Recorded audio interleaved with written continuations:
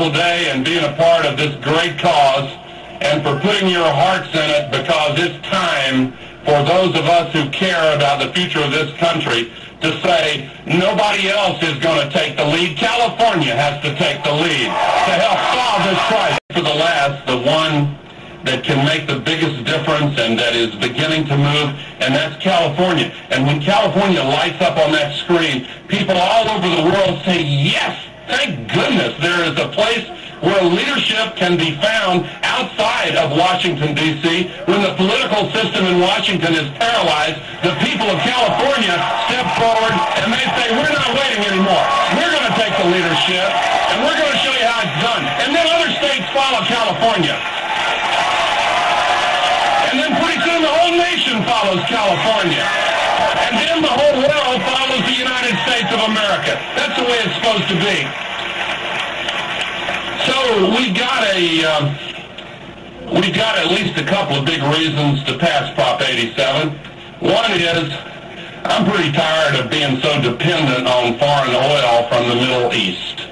It's such an unstable part of the world. It's not good for them over there either, incidentally, to have an economy that's so based on this single resource that has inspired a political and economic system over there that it is what it is. And a lot of the money some of the money that we send over there every day is somehow siphoned off and used to finance a lot of the terrorism that is coming from groups that have deep roots in some of these nations with the largest oil reserves.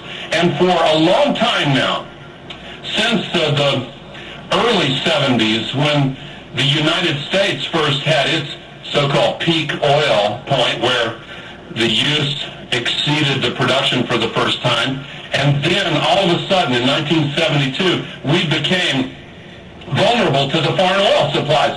And it's not an accident that 1 year later, 1973, is when the OPEC crisis first took place and the price started shooting up, and then in 1979 it happened again. And the market for oil worldwide is not a pure free market. It has some aspects of a free market, but it also is partly controlled. And it's time for us to move on, because the control is on us. When they control the market for oil, they exercise control over our future until we say enough is enough. We've had enough. And the oil companies have been a part of it. And some of them have been intimately connected with the large producing ever faced. We've quadrupled population in less than a century. We've adopted technologies thousands of times more powerful than the ones our grandparents had. And we've adopted a way of thinking that says we don't have to care about tomorrow. And that's created this crisis. And so it's the most dangerous one we've ever faced. But hear me well, it is also filled with the greatest opportunity that any crisis has ever brought to us. We have to go through the danger to see the opportunity. We have to have the courage to face down the danger in order to seize the opportunity and make our lives better, make our country better, make our communities better, and make our world better. So we can tell our children, yes, we did our duty. Yes, we were up to the task.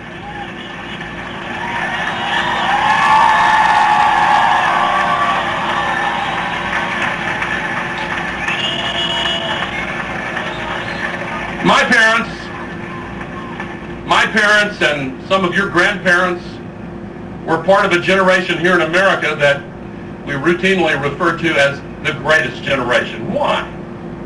Well, two reasons. They won the battle against global fascism. They faced the crisis of fascism in the 1940s. And they won two wars simultaneously in the Pacific and in Europe.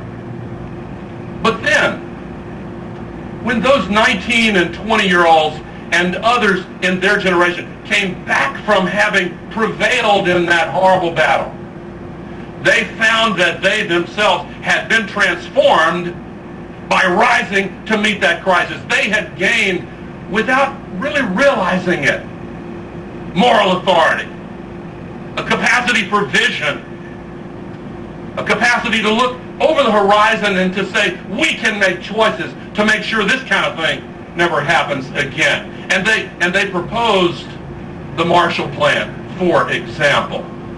And one of their generals, Omar Bradley, said, it is time we steered by the stars instead of the lights of each passing ship. And then they came to San Francisco Bay, and they built the United Nations, and they built the institutions for helping to promote world peace and prosperity.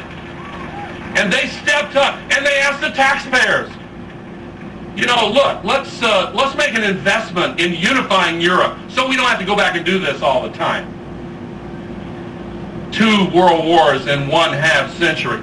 And the taxpayers of that generation said, of course we'll do it, because it's the right thing. It's a great investment, and we're going to end up benefiting so much more in the long run. The reason they were able to say that is because they had gained moral authority as a generation in rising to meet the crisis of their time. Now, it's our turn to rise and meet the crisis of our time. Look around our world. We have this ridiculous situation of bringing all this oil in, borrowing all that money, as I said. Look elsewhere in the world. We have genocide going on in Darfur. We've got chronic civil wars fought by child soldiers on narcotics. We've got tens of millions of people dying of easily preventable diseases every single year. Diseases that could be prevented by penicillin. Hey, we've had that for a long time. That could be prevented by just cleaning up the drinking water. The rape of the forests and the oceans. And others. We look at these things and we say, oh gosh, those are difficult political problems. They're not political problems. They're moral imperatives. And they're up to us to confront. But here's my point. The greatest opportunity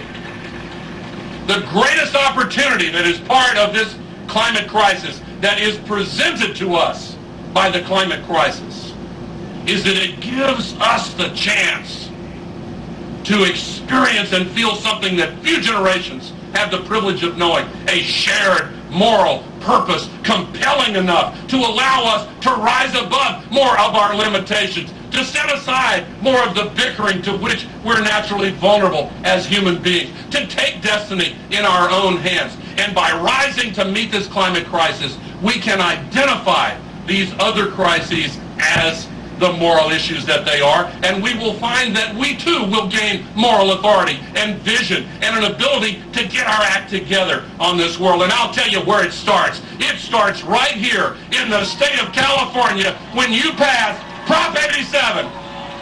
God bless you. Thank you.